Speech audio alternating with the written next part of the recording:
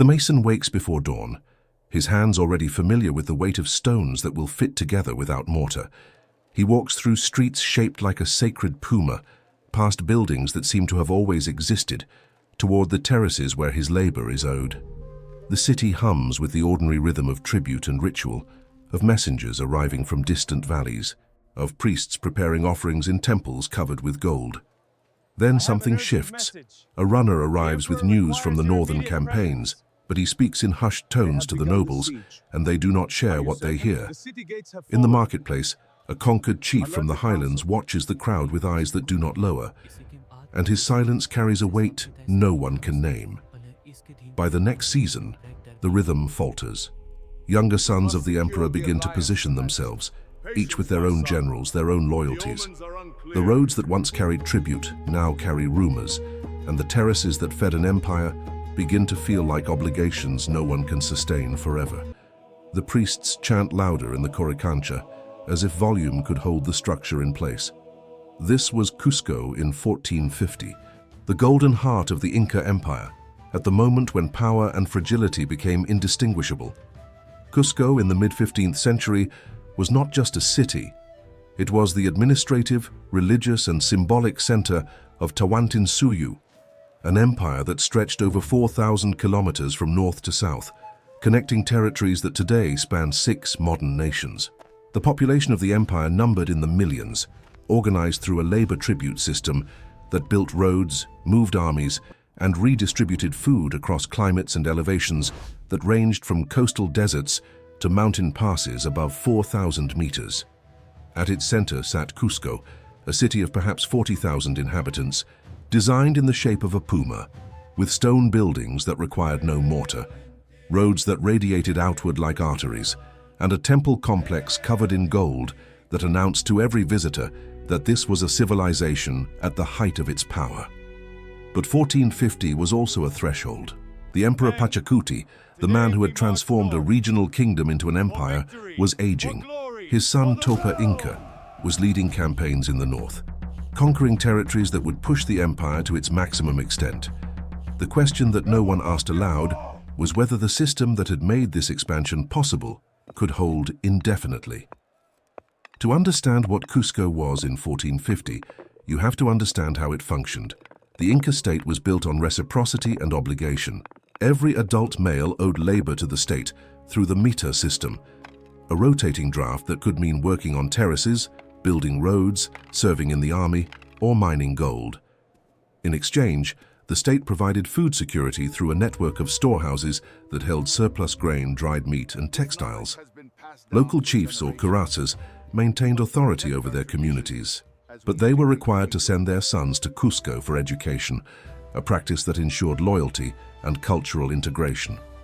The capital itself was divided into quarters that mirrored the 4 regions of the empire, and noble families from conquered territories were relocated to Cusco to live under direct imperial supervision. The Coricancha, the Temple of the Sun, was the spiritual heart of the system, where walls were lined with gold and rituals reinforced the idea that the emperor was the son of Inti, the sun god.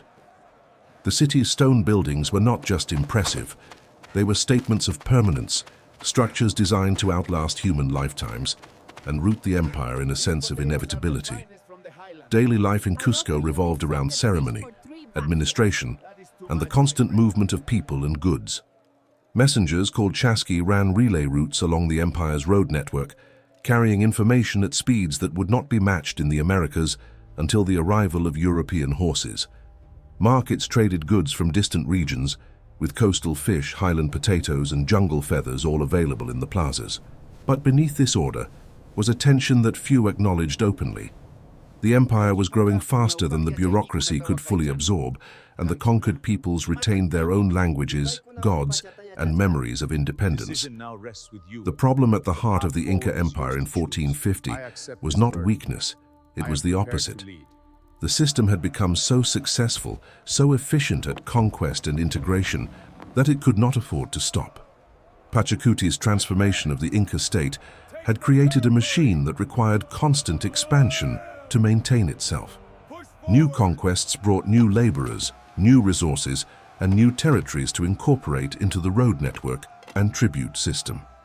But every new territory also increased the administrative burden, the distance that messages had to travel, and the number of potential points of failure. The Inca had no writing system in the conventional sense. They used knotted strings called quipus to record numerical data, but complex narratives, laws, and histories were transmitted orally by specialists who had to memorize them. This meant that the expansion of the empire was also an expansion of the number of people who needed to be trained, the number of rituals that had to be performed correctly, and the number of relationships that had to be managed personally by the emperor and his representatives. Pachacuti's genius had been in recognizing that conquered peoples could be incorporated rather than simply subjugated. He allowed local chiefs to retain authority, he adopted local gods into the Inca pantheon, and he used the mitar system to build infrastructure that benefited the entire empire. But this strategy also created a state that was more fragile than it appeared. The empire was not held together by force alone. It was held together by the perception that the Inca system was inevitable, divinely ordained, and impossible to resist. Any crack in that perception, any sign that the center could not hold, would ripple outward unpredictably. The turning point came not in a single dramatic event, but in a series of decisions that locked the empire into a trajectory it could not reverse. Around 1450, Pachacuti began to share power with his son Topa Inca, creating a co-regency that allowed military campaigns to continue in the north, while the emperor focused on consolidating control in Cusco. This arrangement was practical, but it also introduced ambiguity into the succession system. The Inca did not have a strict rule of primogeniture. The emperor chose his successor from among his sons, and that choice was supposed to be based on merit, ability, and the support of the nobility. But the co-regency created two centers of power, and it set a precedent that would later contribute to civil war. At the same time, Topa Inca's campaigns were pushing the empire into territories that were increasingly difficult to control. The conquest of the Chimu kingdom on the northern coast required cutting irrigation canals to force surrender, a brilliant strategy that revealed both Inca ingenuity and the ruthlessness required to maintain expansion. But the Chimu were a sophisticated civilization with their own administrative traditions, and integrating them into the Inca system required time, resources, and careful management. The same was true for the highland kingdoms in what is now Ecuador and the frontier regions in the south, where resistance remained strong. The decision to continue expanding was not irrational. It was the logical outcome of a system that had been built on the assumption that growth was both possible and necessary. But by 1450, the empire was reaching the limits of what a pre-industrial state could sustain without technologies that the Inca did not possess. There were no draft animals larger than llamas, no wheels for transportation, no ships capable of long-distance trade. Everything depended on human labor, on roads built by hand, on messages carried by runners, and on the ability of the emperor and his administrators to manage a sprawling network of obligations and reciprocities. The strain began to show in ways that were easy to overlook if you did not know what to watch for.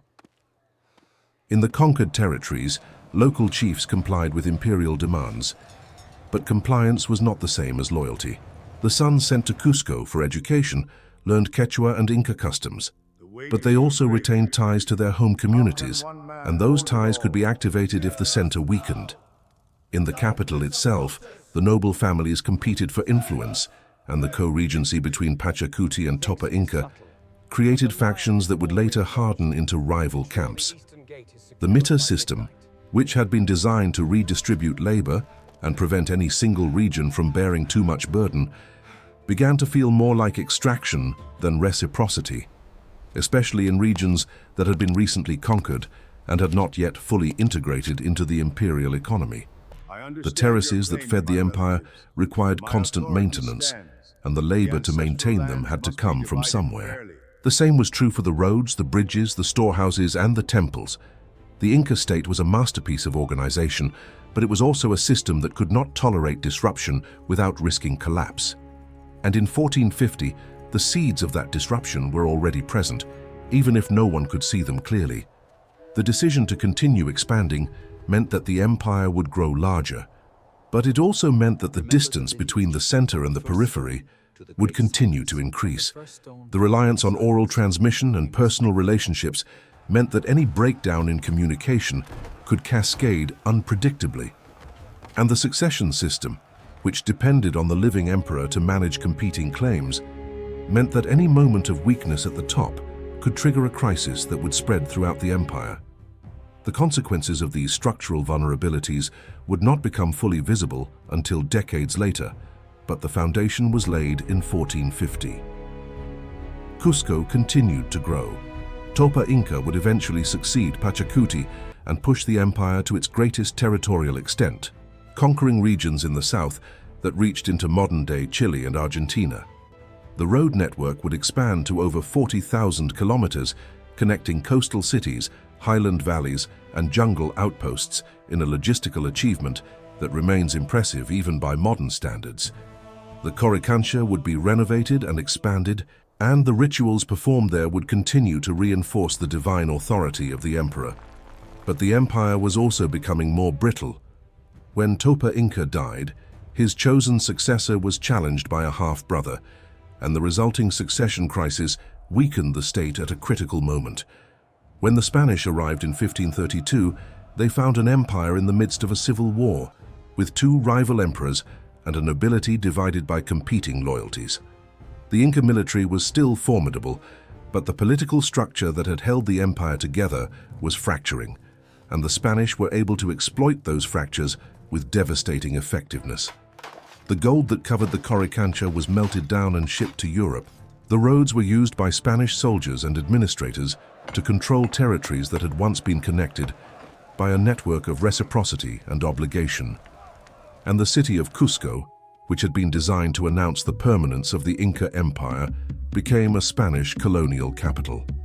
The lesson of Cusco in 1450 is not that empires inevitably collapse. It is that the height of power is also the moment of greatest vulnerability. Systems that depend on constant expansion cannot afford to stop.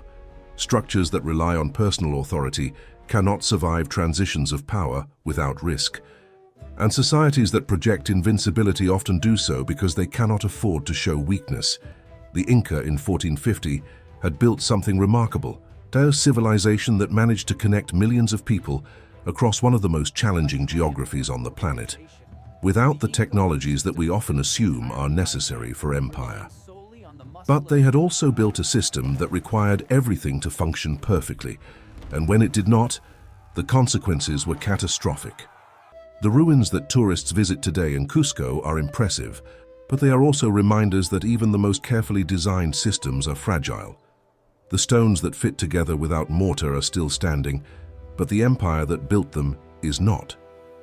And the question that 1450 forces us to ask is not whether civilizations can achieve greatness, but whether they can sustain it without the structures that allow for resilience, adaptation, and the acknowledgement that perfection is a goal, not a destination.